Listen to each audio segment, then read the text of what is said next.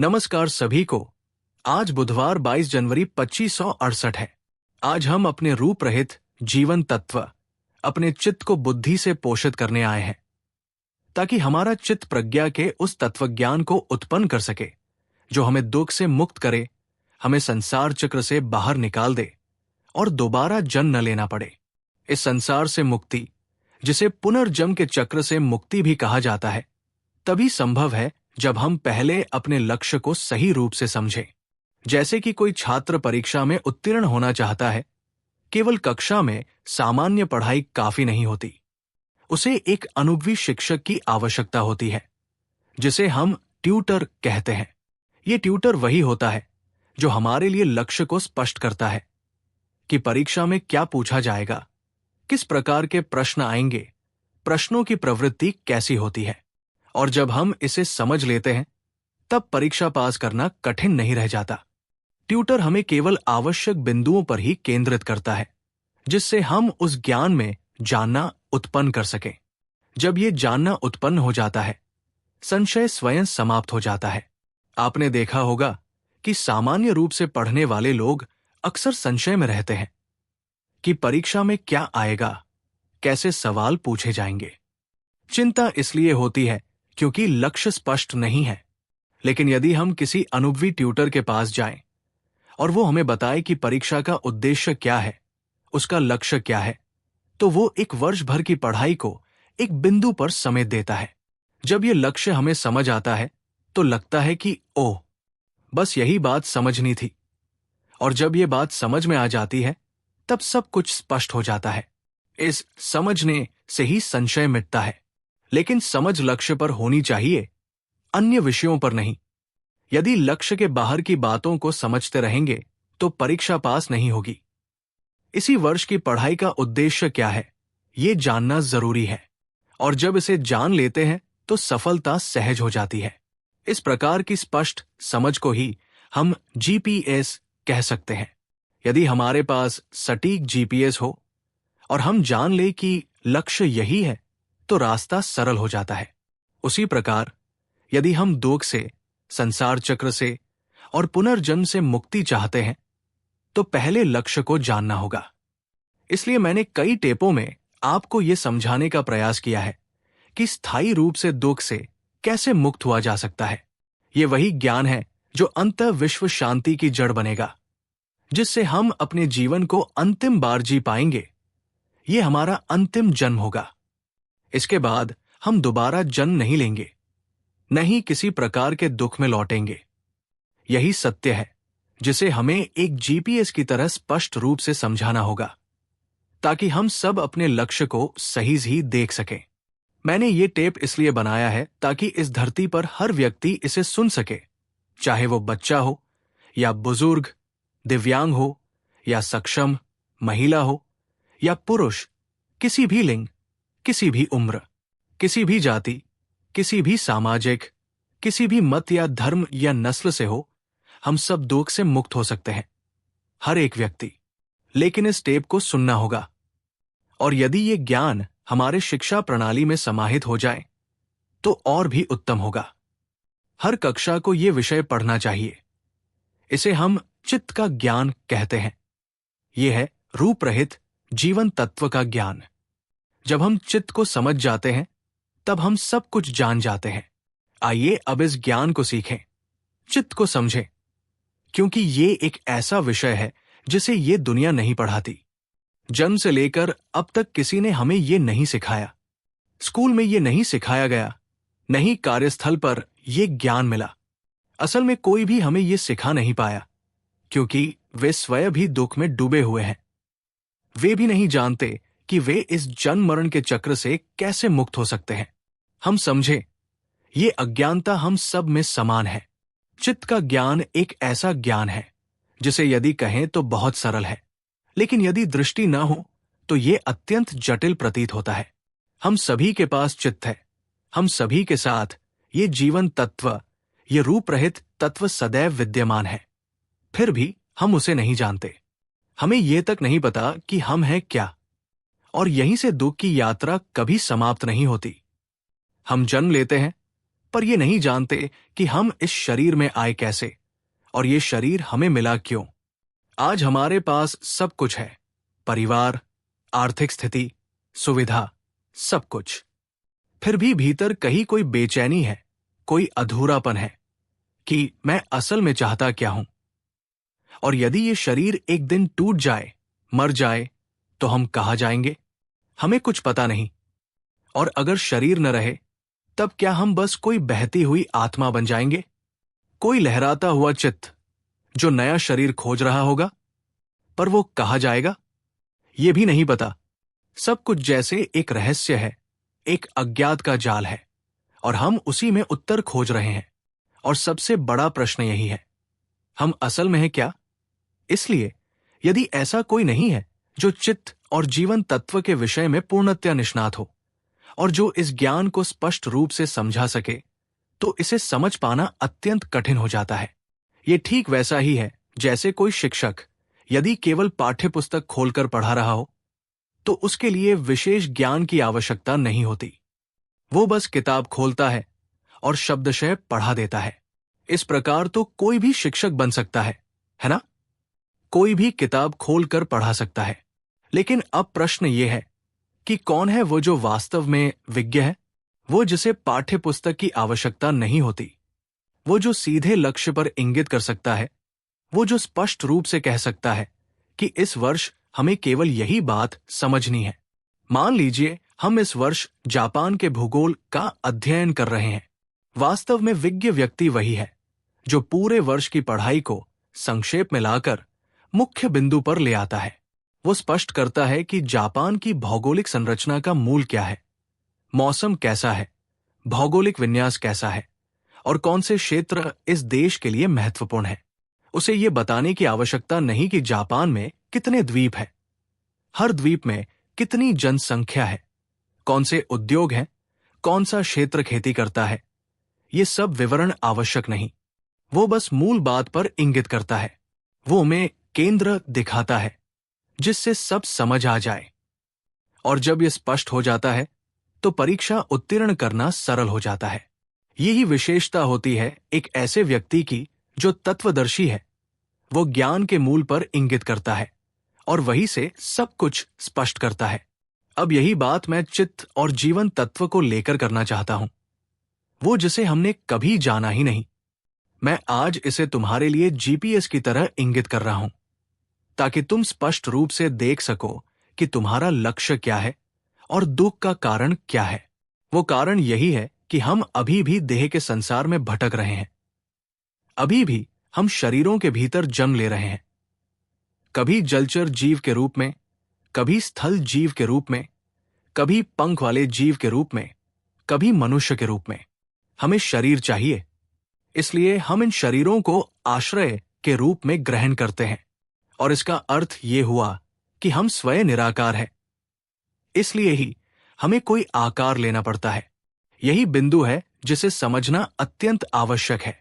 जब तक हम सांसारिक ज्ञान के अनुसार सोचते रहेंगे, जब तक हम मानते रहेंगे कि हम एक मनुष्य, और ये पूरी पृथ्वी यही मानती रहेगी कि हम मनुष्य हैं, तब तक ये भ्रम बना रहेगा।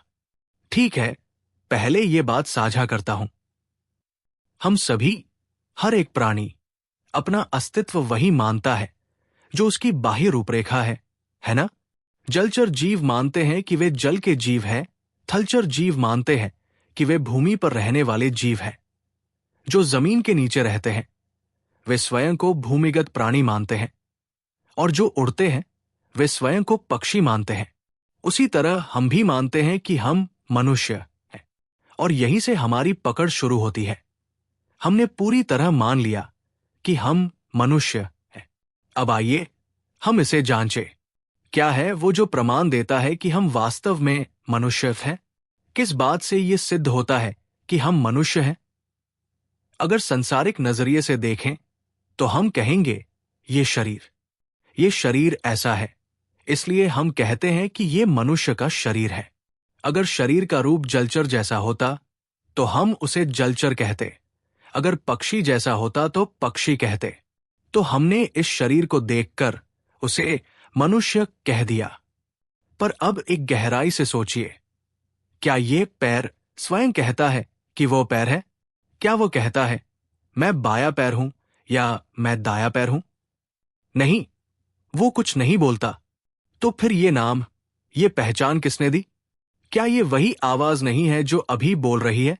यही आवाज है जो कहती है, ये पैर है, ये दाया हाथ है, ये बाया हाथ है, ये मेरा शरीर है। यही आवाज हर अंग को नाम देती है, पहचान देती है और कहती है, ये मैं हूं। अब जरा ध्यान से इस शरीर रूपी पात्र को देखिए। क्या ये कभी कहता है कि मैं ये हूं? नहीं, वो तो शांत है, कुछ नहीं बोलता। क्या हम इस बात को स्वीकार कर सकते हैं? यही है वो सत्य जिसकी ओर मैं तुम्हें इंगित कर रहा हूं। और जब हम इसे देखना शुरू करते हैं, तब हम धीरे धीरे दुख से छूटते चले जाते हैं, जब तक कि हमें स्पष्ट बोध न हो जाए कि हम इतने समय से क्यों दुखी थे। असल में हमारे पास कुछ भी नहीं है जो सच में हम हो। जब हमें यह ज्ञान होता है कि हम चित्त है, हम वो जीवन तत्व है जो निराकार है, यही है लक्ष्य। और मैं इसे तुम्हारे सामने जीपीएस की तरह रख रहा हूं, ताकि तुम स्पष्ट रूप से देख सको कि स्थायी रूप से दुख से मुक्त होने का उद्देश्य क्या है। लक्ष्य ये है, हमें दोबारा जन्म नहीं लेना है। हमें सत्य को देखना है कि इस संसार में कोई भी वस्तु हमारी नहीं है। अगर हम इस बिंदु को सही से पकड़ लें, तो सब कुछ सरल हो जाएगा। दुख से मुक्त होना कठिन नहीं रहेगा। जैसे कोई परीक्षा पास करनी हो, तो साल भर पढ़ने के बजाय हम किसी ज्ञानी शिक्षक के पास जाते हैं। वो शिक्षक सीधे बताता है कि परीक्षा में किस बिंदु पर ध्यान देना है, क्या पूछा जाएगा, किस क्षेत्र का ज्ञान मुख्य है। वो हमें सीधा ले जाता है मुख्य बिंदु तक, जहां वो बताता है कि किस विषय का कौन सा हिस्सा इस देश के लिए मुख्य है, कौन सा क्षेत्र अर्थव्यवस्था का केंद्र है। और अगर ये पूछा जाए तो उत्तर सीधा उसी देश की ओर इशारा करता है। ठीक इसी तरह जब हम दुख से मुक्त होने के सच्चे लक्ष्य को समझ जाते हैं, तो संसार के चक्र से बाहर निकलना सहज हो जाता है। जब कोई ऐसा व्यक्ति जो किसी विषय में पारंगत होता है, वो समझाता है, तो वो सबसे पहले सीधे लक्ष्य पर ही संकेत करता है। वो कहता है, यही है उस परीक्षा का केंद्र बिंदु जो हर वर्ष पूछी जाती है। जैसे ही वो ये बिंदु स्पष्ट करता है, वो आगे और भी स्पष्ट करता जाता है और हम तत्काल समझ जाते हैं कि हमें किस हिस्से को जानना है। और जब वो समझ आ जाता है, तो फिर परीक्षा मुश्किल नहीं रहती, क्योंकि हमें अब उस ज्ञान का मूल ढांचा समझ आ गया है।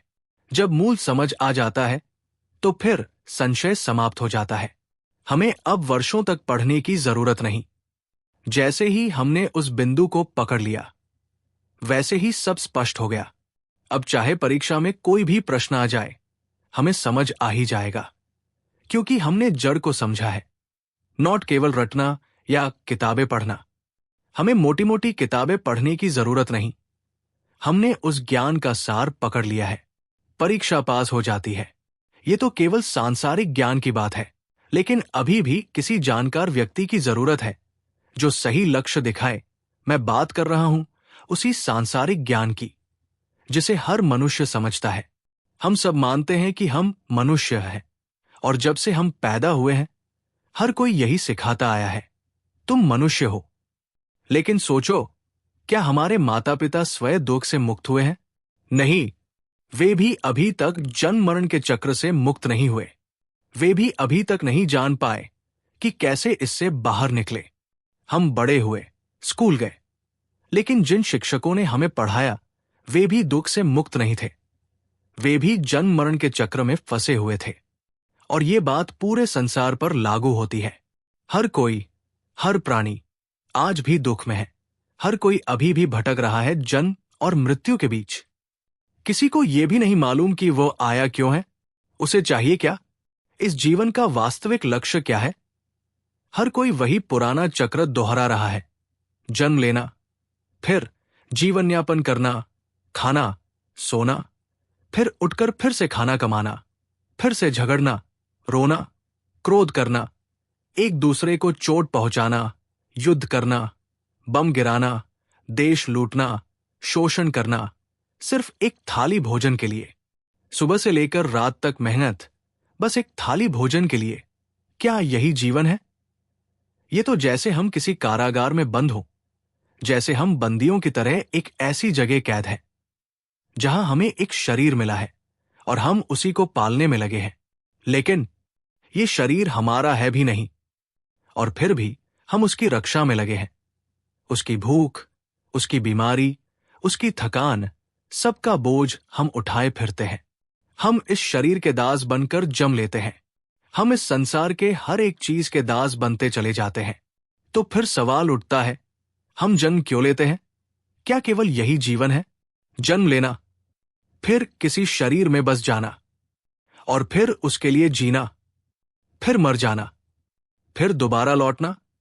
ये बात सिर्फ मनुष्यों पर लागू नहीं होती, बल्कि सभी प्राणियों पर, चाहे वो जलचरी हो, थलचरी हो, पक्षी हो, भूमिगत हो।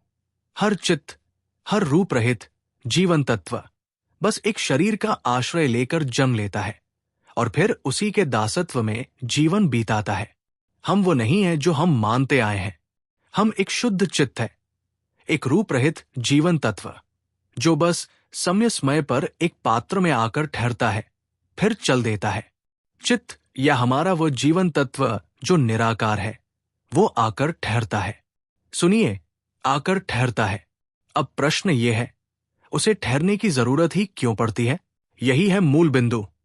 चित्त या ये निराकार जीवन तत्व क्यों आकर किसी शरीर, चाहे वो जलचरी हो, थलचरी हो, पक्षी हो, भूमिगत जीव हो, या यहां तक कि मनुष्य, किसी भी शरीर में, किसी भी पात्र में क्यों आकर बसता है? और जब वो एक बार शरीर में बस जाता है, तो वो पाता है कि उसके पहले जो लोग या प्राणी यहां पहले से रह रहे हैं, वे उसे सिखाते हैं कैसे जीना है, कैसे खाना है, कैसे बोलना है, कैसे महसूस करना है, कैसे कल्पनाएं करनी है, कैसे यादें रखनी है, कैसे प्रतिक्रिया करनी है। हमें सिखाया जाता है कि हमें इन उपकरणों का प्रयोग करना है। आवाज, कल्पना, स्मृति, भावनाएं, संवेदनाएं, स्मृति, इन सब से संवाद करना है, जीना है। और फिर वही पुराना चक्र, सुबह से रात तक भागदौड़, संघर्ष, स्पर्धा, केवल एक थाली भोजन के लिए। और फिर सो जाना, फिर सुबह उठना, फिर से वही सब कुछ दोहराना। हर दिन लड़ना, जलना, क्रोध करना, घृणा करना, झगड़ना, अपमान करना, मारना काटना, देश बांटना, बम गिराना, युद्ध करना। क्यों? बस एक थाली खाने के लिए। और फिर उसके बाद हम उस कागज के पीछे भागते हैं जिसे हम पैसा कहते हैं। अब वही कागज, जिसके पास सबसे ज्यादा, वही जीतता है। जो सबसे ज्यादा खाना जमा करे, वो भी विजेता। जो सबसे ज्यादा ज्ञान जमा करे, वो भी विजेता। जो सबसे ऊंचा पद पाए, वो विजेता। जो सबसे बड़ी जमीन हथियाए, वो विजेता। जैसे मानो ये धरती हमारी ही हो। लेकिन धरती तो इस संसार की है, फिर भी हम कहते हैं ये मेरी है। और इस तरह हमने सब कुछ सीख लिया कि कैसे डिग्रियां जुटानी है, 8 मिलियन डिग्रियां, कैसे कागज, पैसा जमा करना है, कैसे सबसे ज्यादा खाना जमा करना है, कैसे पद, प्रतिष्ठा, जमीन, घर, हर वस्तु सबसे ज्यादा पाना है। हमारा जीवन बन गया है एक महासंघर्ष जहां सब कुछ का लक्ष्य है अधिकतम, चाहे जलचर हो, थलचर हो, पक्षी हो या मनुष्य, हर कोई सबसे शक्तिशाली बनना चाहता है। सर्वाधिक ताकतवर मछली, सबसे दबंग जानवर, सबसे तेज उड़ने वाला पक्षी और सबसे प्रभावशाली मनुष्य। और फिर क्या यही सब है जीवन? क्या यही था जन्म का उद्देश्य? क्या तुम्हें पता है कि ये शरीर अधिक समय तक नहीं टिकता? कुछ ही समय में ये शरीर टूटकर बिखर जाएगा, मर जाएगा। फिर हम कहाँ जाएंगे? हमें नहीं पता। हम नहीं जानते कि मरने के बाद हम कहाँ जाएंगे। जैसे कि जब हम जन्मे थे, हमें यह भी नहीं पता था कि हम इस शरीर में कैसे आ गए। क्या तुम्हें याद है? क्या तुम उस क्षण को पकड़ सकते हो जब तुम जन्मे थे? तुम रो रहे थे, लेकिन क्यों रो रहे थे तुम्हें भी नहीं पता। फिर तुम्हें दूध मिला और तुम शांत हो गए, तुम्हें सुखद अनुभूति हुई और उसी क्षण से तुमने मान लिया कि तुम मनुष्य हो। तुमने मान लिया कि ये जो पात्र है यही तुम हो। तुम उठते, रोते, खाते, सोते और हर प्रतिक्रिया ने तुम्हें और भी बांध लिया इस विश्वास में कि मैं यही शरीर हूं। और फिर तुम्हें सिखाया गया कि सोचो, याद रखो, कमाओ, संघर्ष करो, बड़ा बनो, सब कुछ हासिल करो। तुमने सीखा कागज, पैसा जमा करना है, जमीन लेनी है, परिवार बसाना है, खाना है, सोना है और फिर सुबह उठकर वही चक्र दोहराना है। फिर तुमने देखा लोग एक दूसरे को मारते हैं ताकि एक थाली खाना मिल सके, फिर सो जाते हैं और फिर उठते हैं, फिर वही संघर्ष, इस बार कागज के लिए, फिर खाना, फिर सोना और अंततः सब कुछ हासिल कर लिया, ज्ञान भी भरपूर, पैसा भी, पद भी, सब कुछ। फिर क्या हुआ?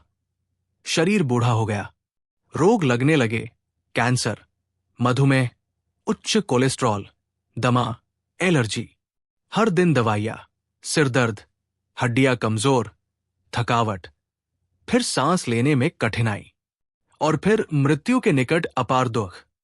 बीमारी में दुख, कोई मिलने ना आए तो दुख, थोड़ा अकेलापन भी दुख, कुछ खाने की इच्छा हो और न मिल पाए तो दुख, दांत खराब हो जाए तो दुख, कैंसर की खबर सुनो तो गहन दुख, हर और दो ही दुख।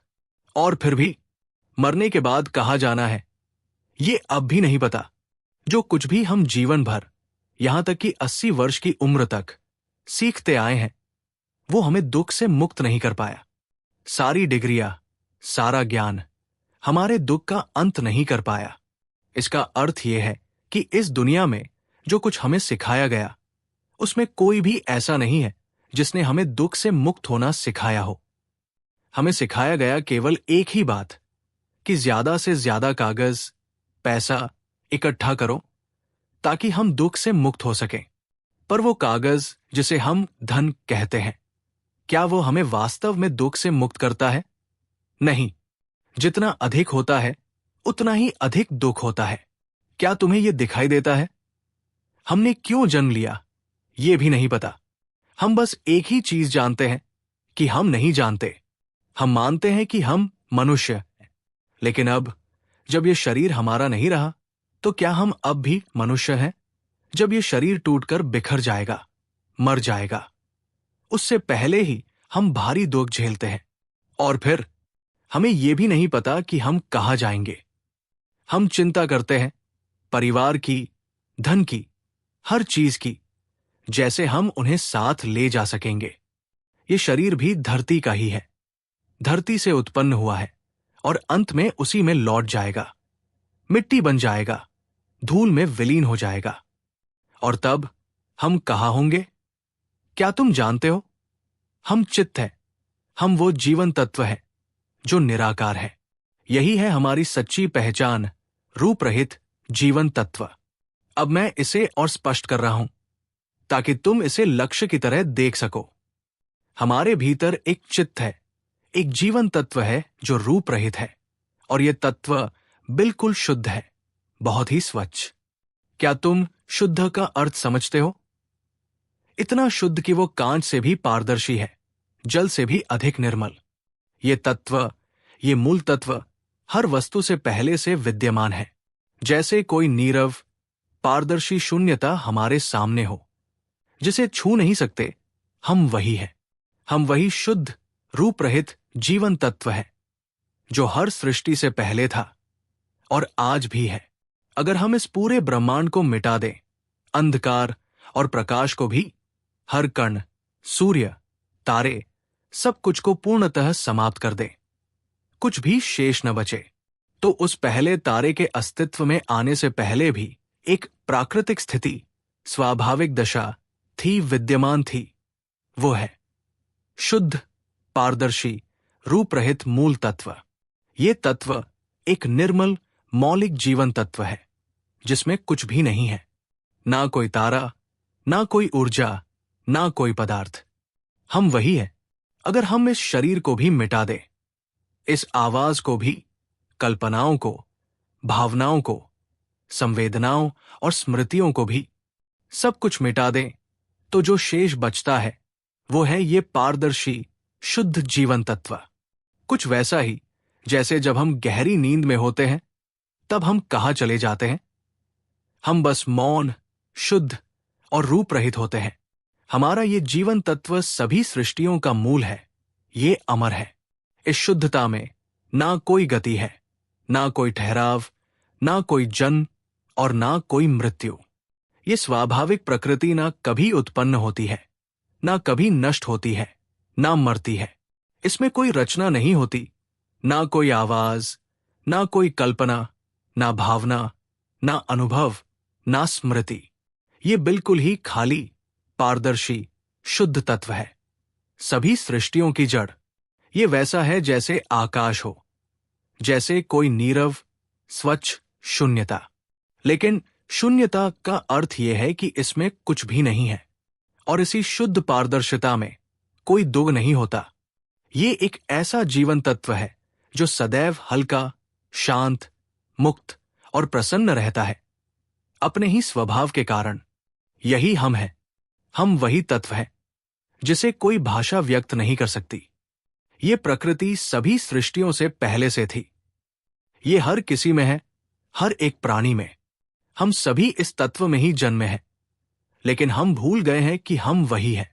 अब हम विश्वास कर बैठे हैं कि हम मनुष्य हैं। क्या तुम यहां तक समझ पा रहे हो? मैं तुम्हें लक्ष्य की ओर इशारा कर रहा हूं। मैं एक जीपीएस की तरह हूं, और अगर हम इस जीपीएस को भीतर स्थापित कर लें तो हमारा लक्ष्य बिल्कुल स्पष्ट हो जाएगा, और फिर हम कभी नहीं भटकेंगे। हम सीधे लक्ष्य तक पहुंचेंगे, बिना किसी चूक के। ये ठीक वैसा ही है जैसे हम किसी पारंगत शिक्षक के पास जाएं, एक ऐसे ट्यूटर के पास जो वास्तव में जानकार हो। एक श्रेष्ठ ट्यूटर सिखाने का तरीका बहुत सरल बनाता है। वो सीधे लक्ष्य पर इशारा करता है, 2 से 3 दिन सिखाता है और बस हम परीक्षा पास कर लेते हैं। पूरा साल पढ़ने की जरूरत ही नहीं पड़ती। तो फिर क्यों साल भर पढ़े? जब हम सिर्फ पाठ्य पुस्तकों के अनुसार पढ़ते हैं तो सवाल उठता है कि जो लोग हमें सिखा रहे हैं वे खुद क्या जानते हैं? क्या वे स्वयं निष्णात हैं? अगर कोई सचमुच विज्ञ होता तो वो किताब खोलकर नहीं पढ़ाता। जो लोग निष्णात नहीं होते वही पाठ्य पुस्तक पर निर्भर रहते हैं। ऐसा लगता है जैसे सिर्फ किताब पढ़ा देना ही काफी है। ना कोई अनुभव चाहिए, ना कोई बोध। कोई भी शिक्षक बन सकता है अगर वो सिर्फ किताब से पढ़ा दे। तो फिर सिखाने की क्या जरूरत है? उसे पढ़ने के लिए दे दो खत्म। उदाहरण के लिए, अगर हम कक्षा 6 तक पढ़ना चाहते हैं तो उसमें असल में कौन कौन सी बातें जानना जरूरी है? अगर कोई अनुभवी शिक्षक हो तो वो 6 साल की पढ़ाई को केवल 6 महीनों में सिखा सकता है, बिल्कुल लक्ष्य पर केंद्रित, और फिर परीक्षा में सीधे पास। कभी कभी कोई अत्यंत जानकार शिक्षक 3 महीनों में ही सब कुछ सिखा देता है। यही है जीपीएस का कार्य, जो हमें सीधा लक्ष्य पर ले जाता है। उसी तरह अगर हमें दुख से मुक्त होना है, अगर हमें फिर से जन्म न लेना हो, अगर हम इस दुनिया में शांति फैलाना चाहते हैं, अगर हम चाहते हैं कि सभी लोग मिलकर सुख से रहें, तो पहले हमें यह समझना होगा कि हम चित्त, हम रूप रहित जीवन तत्व है। हम ये शरीर नहीं है। जबकि आज पूरी दुनिया में हर कोई यही मानता है कि मैं मनुष्य हूं। इस धरती पर कोई भी ऐसा नहीं है जो हमें यह सिखा सके कि हम मनुष्य नहीं हैं। हम चित्त है, हम शुद्ध जीवन तत्व है। कोई भी नहीं बताता, नहीं कोई सिखाता, नहीं कोई ये घोषणा करता है। अगर कोई हमें बचपन से ही बताने, सिखाने और ये घोषणा करने आ जाता तो इसका मतलब होता कि हमारे माता पिता स्वयं पहले से जान चुके होते। इसका मतलब होता कि माता पिता को सच्चा बोध हो चुका होता, है ना? अगर उन्हें सच्चा ज्ञान प्राप्त हो गया होता तो वे दुख से मुक्त हो चुके होते। वे जान चुके होते कि वे माता पिता नहीं हैं, वे चित्त है, जीवन तत्व है। अगर उन्हें यह बोध हो गया होता कि वे स्वयं भी शुद्ध जीवन तत्व है, तो वे फिर कभी दुखी नहीं होते। क्योंकि वे जान चुके होते कि ये शरीर मैं नहीं है।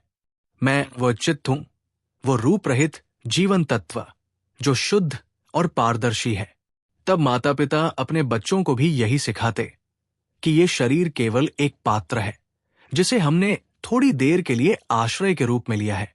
वे सिखाते कि हम वो जीवन तत्व है जो किसी रूप में नहीं बंधा, जो चित्त है, जो हर सृष्टि से पहले से विद्यमान था।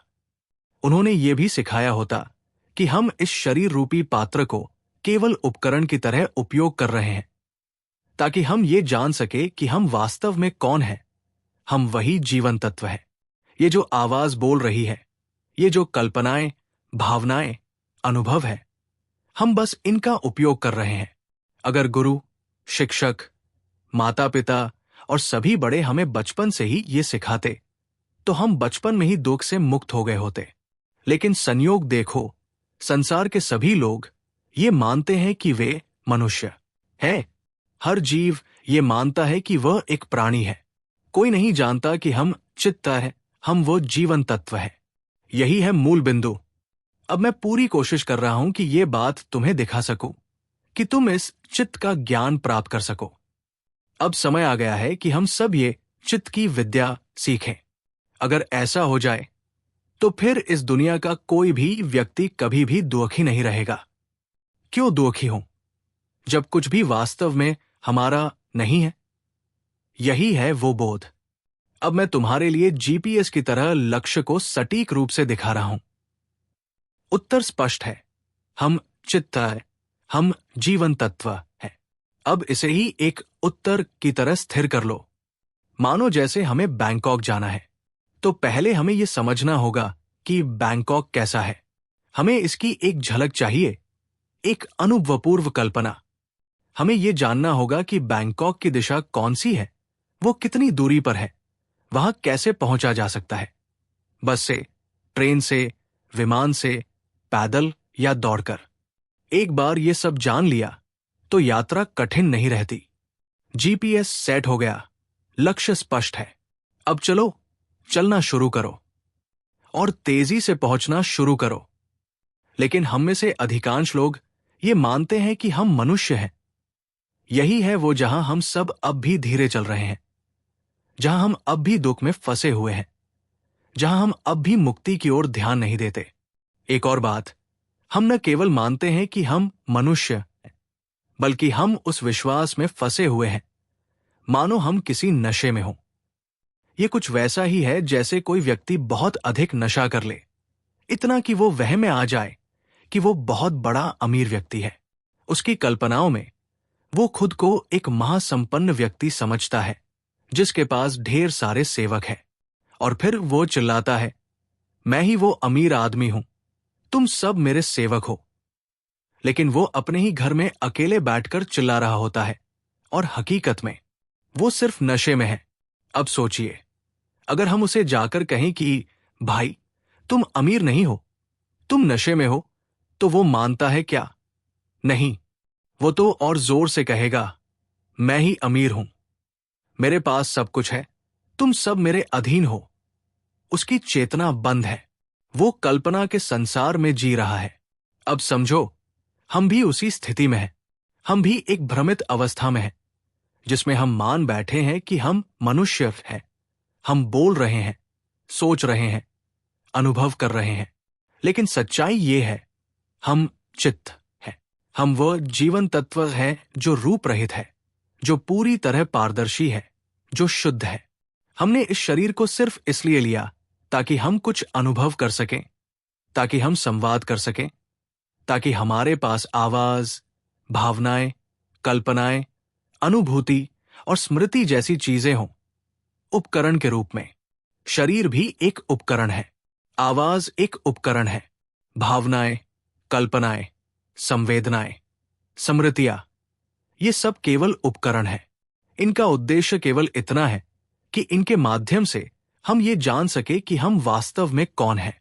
लेकिन हम इन उपकरणों में ही खो गए, इनमें मग्न हो गए, हम नशे में आ गए, और अब हमने मान लिया कि हम यही हैं, हम मनुष्य हैं, हम बोल रहे हैं, हम सोच रहे हैं, जबकि सच्चाई यह है कि हम उपयोग कर रहे हैं, लेकिन हमने खुद को उसी उपकरण मान लिया है।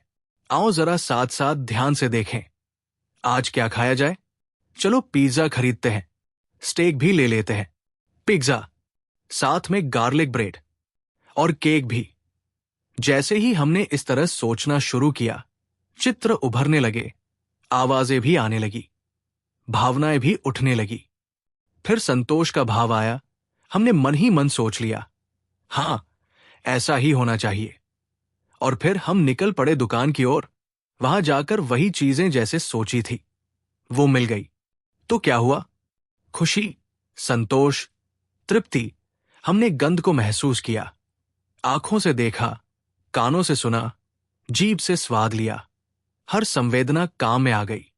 और फिर हमने मान लिया, हां, मैं वास्तव में एक मनुष्य हूं।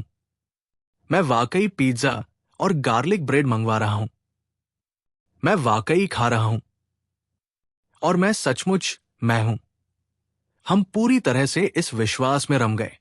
दुनिया के सभी लोग यही मानते हैं। हर प्राणी मानता है कि वो वही है जैसा उसका स्वरूप है। मैं शेर हूं। मुझे खाना है, खाना है, खाना है। मैं जलचर हूं। मुझे खाना है और फिर भागना है, छुपना है। हर जीव बस खाने में और बचने में लगा हुआ है। एक दूसरे को खा जाना, एक दूसरे को चोट पहुंचाना, फिर भी वही चक्र चलता रहता है। और हम भी उसी में लगे हैं। हम मानते हैं कि यही जीवन है, खाना, चोट पहुंचाना, खाना, चोट पहुंचाना। कोई अंतर नहीं है। अब देखो, अगर चीजें हमारी उम्मीद के मुताबिक ना हो, जैसे कि दुकान पहुंचे और पता चले कि पिज्जा खत्म हो गया है, किसी ने सारा स्टॉक खरीद लिया है, अब कुछ भी नहीं बचा, तब क्या होता है? गुस्सा आता है, खुशी खत्म, नाखुशी शुरू। इतना सामान था, थोड़ी सी तो हमारे लिए रख देते। किसने खरीद लिया सब कुछ? अब बाकी लोग क्या खाएंगे? और दुकानदार कहता है, वो ग्राहक बहुत पैसे देकर सब ले गया है, 2 गुना कीमत भी दी है। अब हम क्या करें? अब हमारा मन क्रोध, दुख और असंतोष से भर जाता है। हम झुंझला उठते हैं, यही है दुख। हम मान लेते हैं, मैं मनुष्य हूं, मेरे साथ ये नहीं होना चाहिए था। हम न केवल दुखी होते हैं, बल्कि उस दुख को थाम भी लेते हैं। गुस्सा, शिकायत और पीड़ा सब अपने भीतर बांध लेते हैं। और हम ये भी मान लेते हैं, मैं अभी दुखी हूं, ये दुख मेरा है, ये क्रोध मेरा है, ये घृणा मेरी है। हम उस दुख को अपने कंधे पर उठा लेते हैं, जैसे वो वास्तव में हमारा हो। जब हम दुकान से निकलकर गाड़ी चलाते हैं, तो मन में विचार आता है, सच में नफरत है इन लोगों से। सारा सामान पैसे से खरीद लिया, अब और कोई खा भी नहीं सकता। हम बहुत गुस्से में होते हैं। गुस्सा अंदर ही अंदर सुलगता है। हम सोचते रहते हैं, जितना सोचते हैं उतना ही गुस्सा बढ़ता जाता है, और उस गुस्से की आग हमें अंदर से जला रही होती है। हम दुख में डूबे हुए होते हैं, जबकि दुकानदार शायद खुशी से अपना दिन जी रहा होता है। और हम अब भी ये मानते हैं कि हम मनुष्य हैं। हम मानते हैं कि हम कार चला रहे हैं, नई दुकान की तलाश में हैं। आधा घंटा व्यर्थ चला गया, कुछ मिला नहीं, अब पता नहीं आगे क्या मिलेगा। हम बेचैनी में, गुस्से में, दुख में डूबे हैं, और ये सब उस भाषा में हो रहा है जिसमें हम मानते हैं कि मैं एक मनुष्य हूं। अब सवाल है, क्या हम सच में दुख से मुक्त होना चाहते हैं? ये जो कहानी है, ये बहुत बार घटती है। पति पत्नी के बीच, माता पिता और बच्चों के बीच, एक ही घर में। मान लो हम घर में बैठकर शांति से नाखून काट रहे हैं। कटे हुए नाखून जमीन पर इधर उधर गिर जाते हैं। फिर जीवन साथी आता है, देखता है और गुस्से से कहता है, ये क्या कर रखा है? सारे नाखून बिखरे पड़े हैं, बदबू भी आ रही है, घर भी गंदा हो गया, बाहर जाकर क्यों नहीं काटते? उसके स्वर में गुस्सा है, उलाहना है, कड़वाहट है। और हम भी गुस्से में आ जाते हैं। हम सोचते हैं, अरे मैं तो बस नाखून काट रहा था, इसमें इतना नाराज होने की क्या बात है? अब गुस्सा दोनों तरफ है, अब दोनों ही दुखी है। पहले केवल एक व्यक्ति दुखी था, अब दूसरा भी दुखी हो गया। अब घर में दो अग्निशिखाएं जल रही हैं, दोनों लोग अंदर से जल रहे हैं। तो फिर हम कब इस दुख से मुक्त होंगे?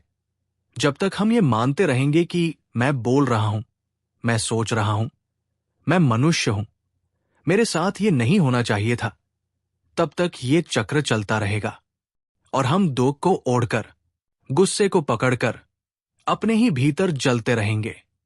क्या तुम जानते हो, ये दोनों लोग, दोनों ने डॉक्टरेट की उपाधि प्राप्त की है। उन्होंने अनेक विषयों में अध्ययन किया। उनके पास 8 मिलियन डिग्रियां हैं। उनके पास अपार ज्ञान है। ये दोनों गांव में अत्यंत प्रतिष्ठित माने जाते हैं। धन संपत्ति में संपन्न हर कोई उनकी प्रशंसा करता है कि वे बहुत प्रभावशाली और सम्माननीय हैं। ये दोनों व्यक्ति विभिन्न संस्थानों के भी अधिपति हैं, जहां लोग उन्हें श्रद्धा से देखते हैं। और अभी वे दोनों लोग नाखून काटने की बात पर झगड़ रहे हैं और दुखी हैं। उनमें से एक की नाक बह रही थी। उसने टिश्यू से नाक पोंछी और टिश्यू को पास में रख दिया। सोचा बाद में कूड़ेदान में फेंकेगा। तभी जीवन साथी आया और बोला, ये क्या कर रखा है? टिश्यू को इस तरह क्यों छोड़ दिया? गंदगी है, कीटाणु है, क्यों नहीं एक थैली में लपेट कर रखा? गुस्से से डांटा गया। अब हम क्रोधित हो गए। बस इतनी सी बात पर इतना गुस्सा और बढ़ गया। ये वही लोग हैं जो ऊंची पढ़ाई कर चुके हैं, जिन्हें समाज सिर झुकाकर देखता है, जिनके घरों में पैसे के ढेर हैं, जिनके पास 8 लाख एकड़ जमीन है, लेकिन फिर भी वे दुखी हैं। क्यों दुखी हैं? क्या इस धरती का सारा ज्ञान उन्हें दुख से मुक्त नहीं कर पाया? और दोनों की उम्र 50 के पार है। क्या जन्म से अब तक कभी किसी ने उन्हें दुख से मुक्ति का रास्ता नहीं बताया? क्या इस धरती पर कोई नहीं है जो हमें सिखा सके कि दुख से कैसे मुक्ति पाए?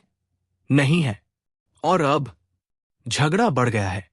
केवल बातों तक नहीं रुका, अब हाथापाई तक पहुंच गया। बच्चे ने ये सब सुना, वो दुखी हो गया। उसका हृदय टूटा। उसने मन ही मन कहा, मां बाप क्यों लड़ रहे हैं? इतनी छोटी सी बात पर इतना बड़ा झगड़ा क्यों? और बच्चा रोने लगा, दुख से घबरा कर। झगड़े की आवाजें इतनी तेज थी कि अब माता पिता ने तलाक, हिंसा, डराने धमकाने की बात करना शुरू कर दिया। बच्चा और भी दुखी हो गया। अब दादा दादी तक खबर पहुंची। उन्होंने सुना कि बेटा भू झगड़ रहे हैं। अब वो भी दुखी हो गए। उनका मन चिंता से भर गया। वे रोने लगे। बच्चे अलग हो जाएंगे तो पोते का क्या होगा? 80 वर्ष की उम्र में बैठे दादा दादी अब भी दुखी है। क्यों? क्योंकि जब उनका बेटा जन्मा तब कोई नहीं था जो उसे दुख से मुक्त होना सिखा सके। क्योंकि माता पिता स्वयं अब तक दुखी है। इस धरती पर कोई नहीं दुख से मुक्त है। क्यों? क्योंकि हम सबने मान लिया है कि हम मनुष्य हैं, कि सब कुछ वास्तव में हमारा है। हम सोचते रहते हैं, लेकिन ये भी नहीं जानते कि हम सोच रहे हैं। हम भावनाओं में बहते जाते हैं, बिना ये जाने कि हम बह रहे हैं। मैं एक बार फिर तुम्हें स्पष्ट रूप से बताने आया हूं। हम चित्त हैं, हम जीवन तत्व हैं, जो निराकार है, पूर्णतः शुद्ध और पारदर्शी। हमने ये शरीर रूपी पात्र केवल इसलिए लिया है ताकि हम स्वयं को समझ सकें कि हम वास्तव में चित्त हैं, हम वही जीवन तत्व हैं। अगर हम जान ले कि हम यही शुद्ध जीवन तत्व हैं, तो फिर ये शरीर अपने आप स्पष्ट हो जाएगा कि ये हम नहीं है। ये चित्त या जीवन तत्व, जो कि निराकार है, हमेशा से ही शुद्ध प्रकृति रहा है। बस उसमें कोई उपकरण नहीं था जिससे वो जान सके कि वो शुद्ध है। इसीलिए उसे एक उपकरण की आवश्यकता हुई। हमने शरीर का आश्रय लिया, क्योंकि हमने कभी शरीर नहीं लिया था। ये बात समझ रहे हो? हम कभी शरीर नहीं थे। हम वो जीवन तत्व हैं जो संपूर्ण ब्रह्मांड की शून्यता और पारदर्शिता के साथ एकाकार है। हम अमर तत्व हैं, ना कभी जन्म लेते हैं, ना कभी वृद्ध होते हैं, ना कभी पीड़ित होते हैं, ना कभी मरते हैं। हम न जाते हैं, न आते हैं। हम किसी स्थान को घेरे नहीं रखते। हम वही पारदर्शी शून्यता है।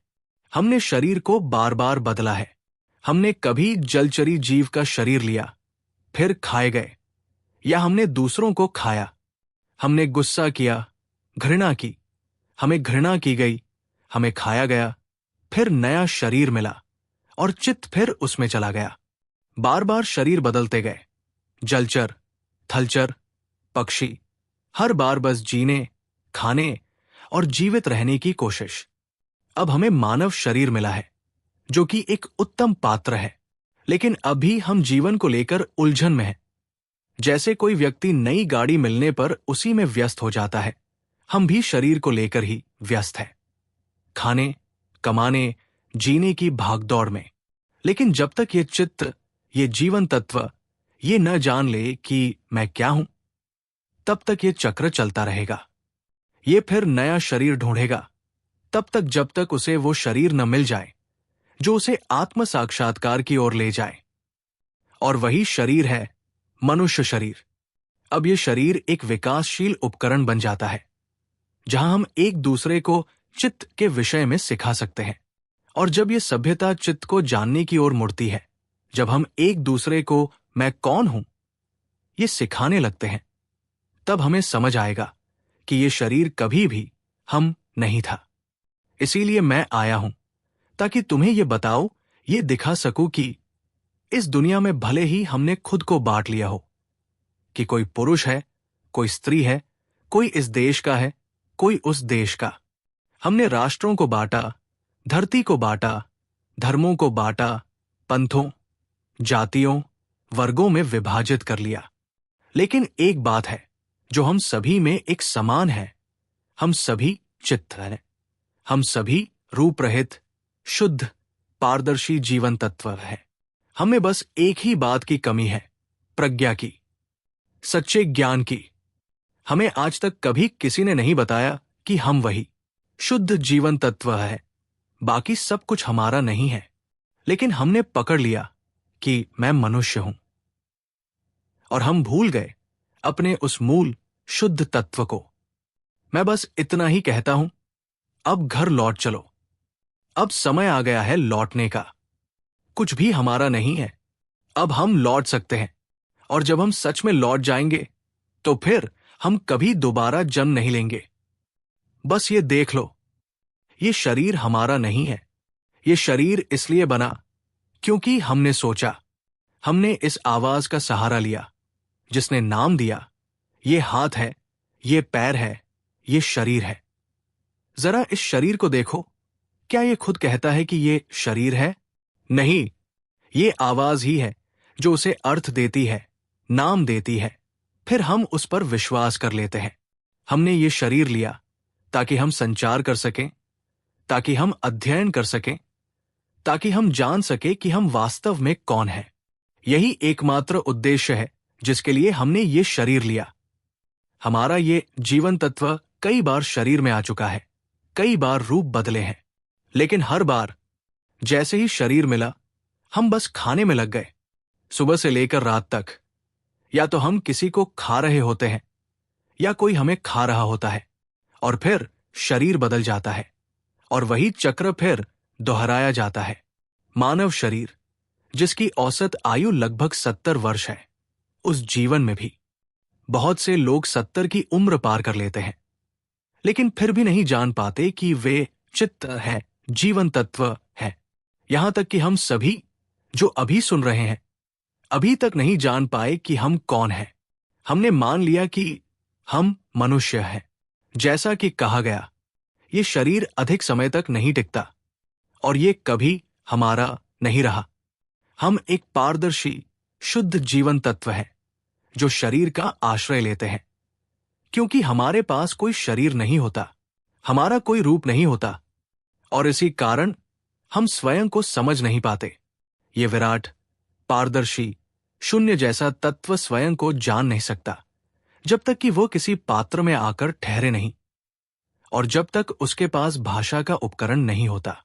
तो फिर वो आवाज का सहारा लेता है, कल्पनाओं का सहारा लेता है, भावनाओं का सहारा लेता है, अनुभूति और स्मृति का सहारा लेता है, ताकि वो संवाद कर सके इस संसार में कुछ कह सके और इस जीवन के माध्यम से अपने को जान सके।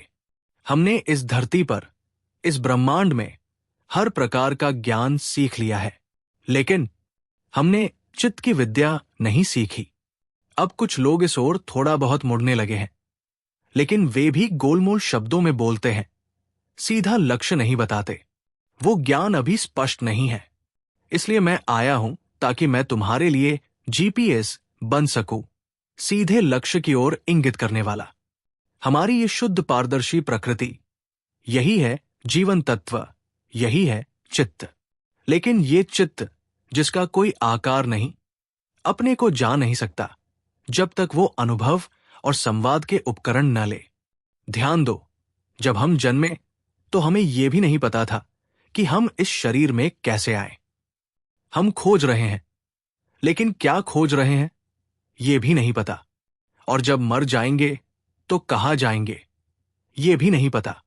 सच तो ये है, हमें नहीं पता कि हम इस जीवन में क्या कर रहे हैं। यही नहीं जानना, यही अज्ञान, यही अचेतना, यही है चित्त की प्रकृति। ये वही प्रकृति है जो जानना चाहती है, जिसे एक ही उत्तर चाहिए, और जब वो उत्तर मिल जाएगा तब हम फिर कभी जन्म नहीं लेंगे। चित्त या जीवन तत्व क्यों किसी शरीर से निकलने के बाद तुरंत नया शरीर खोजने निकलता है? जरा कल्पना करो, जब कोई शरीर, चाहे वो किसी भी जीव का हो, टूटकर बिखर जाता है, मृत्यु को प्राप्त होता है, उसी क्षण चित्त या जीवन तत्व बाहर निकलता है और तुरंत नया शरीर ढूंढने निकल जाता है। फिर एक नई शुरुआत होती है, एक नया जन्म, एक नई यात्रा। जैसे ही वो नया शरीर मिलता है, वहां फिर वही चक्र, खाना, संघर्ष करना, लड़ना, मारना, फिर मृत्यु, और फिर चित्त निकलकर फिर नया शरीर खोजने लग जाता है। ये चक्र चलता रहता है, जन्म, मृत्यु, फिर जन्म, फिर मृत्यु, यही चक्कर बार बार। अब मूल प्रश्न ये है, चित्त कब रुकता है, कब ये चक्र थमेगा? इसका उत्तर है, जब तक चित्त को सच्चा ज्ञान नहीं मिलता तब तक ये चक्र नहीं थमेगा। जब तक चित्त को वो श्रेष्ठ शरीर नहीं मिलता जिसमें वो स्वयं को समझने लगे, जिसमें वो वास्तव में ये जान सके कि वो कौन है, तब तक ये जन्म मृत्यु का चक्र चलता रहेगा। लेकिन जब वो एक ऐसा शरीर पा लेता है जहां के जीव विकसित हो चुके हों, जहां चित्त की विद्या सिखाई जाने लगी हो, तब चित्त जागना शुरू करता है। और अभी ये वही युग है। हम सभी अत्यंत भाग्यशाली हैं कि हमें ये मानव शरीर मिला है।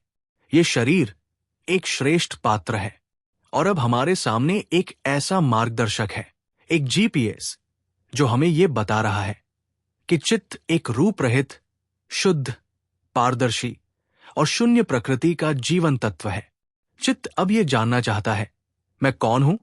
और अब हमें ये शरीर मिला है, हमें भाषा मिली है, हमें कल्पनाएं, भावनाएं, संवेदनाएं, स्मृतियां, ये सभी उपकरण मिले हैं ताकि हम जान सके कि हम क्या है।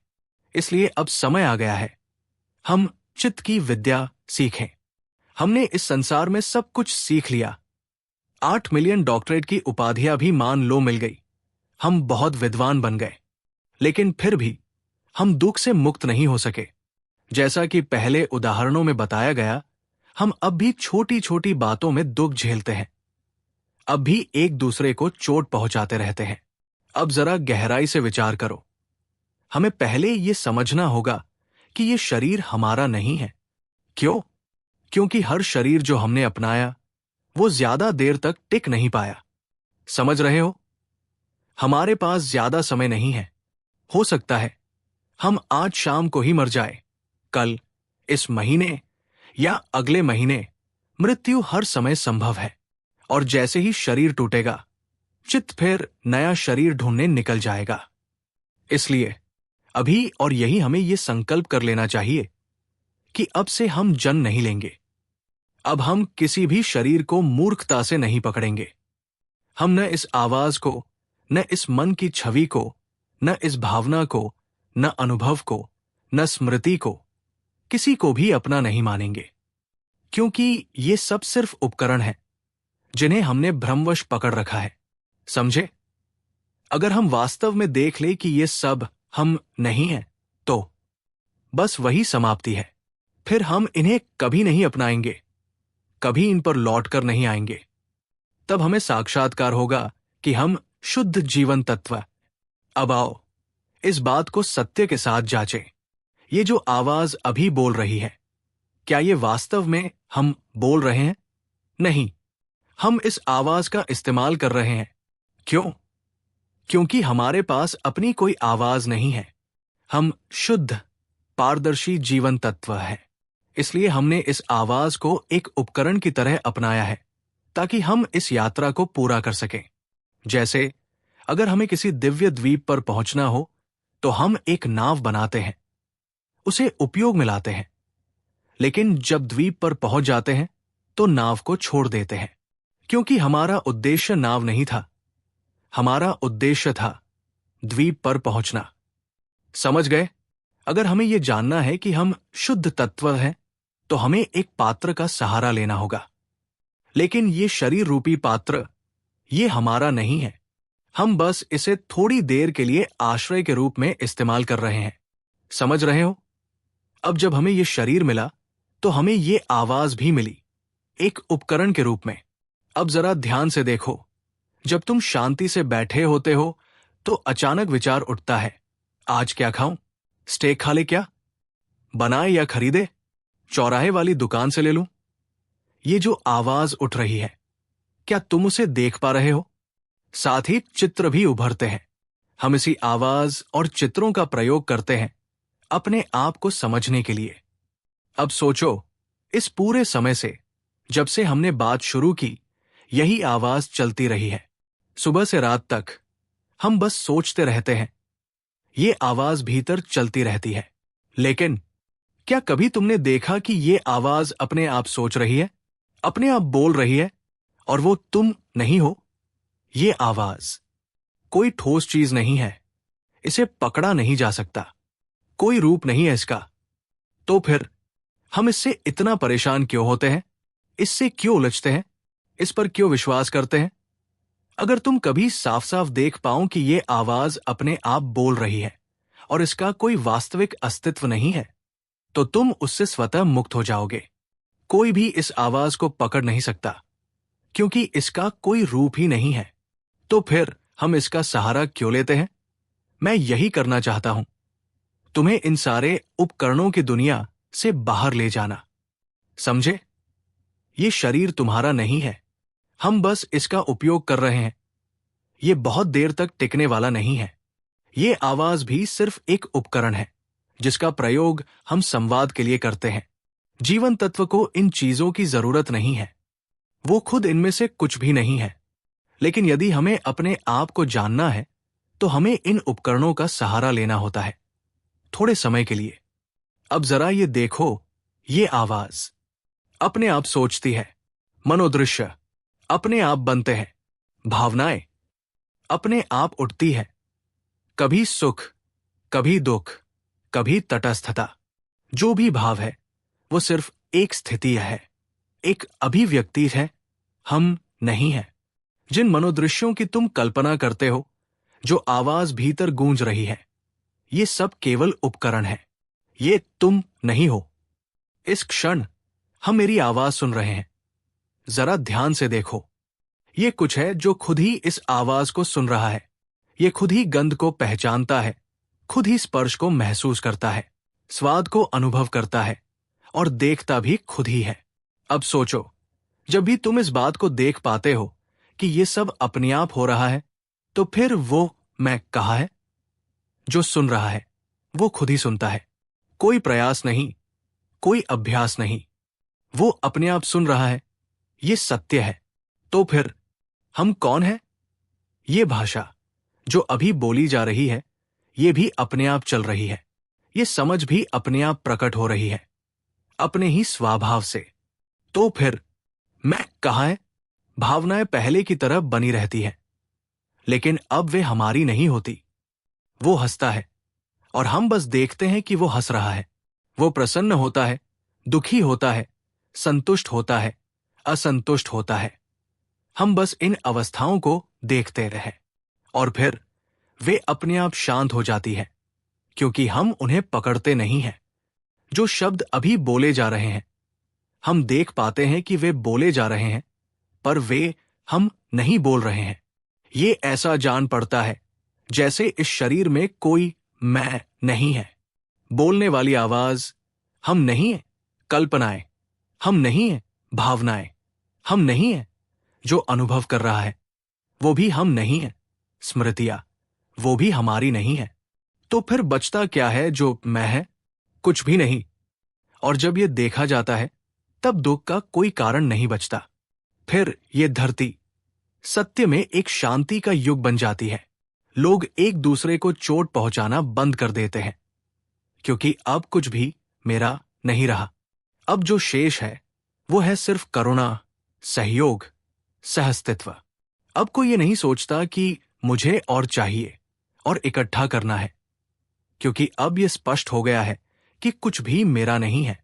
अब मन बस यही कहना चाहता है, कृपया दुख मत लो, झगड़ा मत करो, घृणा मत करो, एक दूसरे को मत मारो। कुछ भी किसी का नहीं है। अब समय आ गया है। सुनो इन शब्दों को, सुनो इन ध्वनियों को, और फिर कभी इस जीवन में दुख से जन्म मत लो। अब समय हो चुका है। यहीं पर इसे समाप्त करते हैं। प्रत्येक व्यक्ति को अपने चित्त, अपने जीवन तत्व को पहचानने की साक्षात प्राप्ति हो, और ये जीवन रूपी खेल जितना शीघ्र हो सके पूर्ण रूप से पार कर लिया जाए। तुरंत, पूर्ण रूप से, सभी को, अभी के अभी।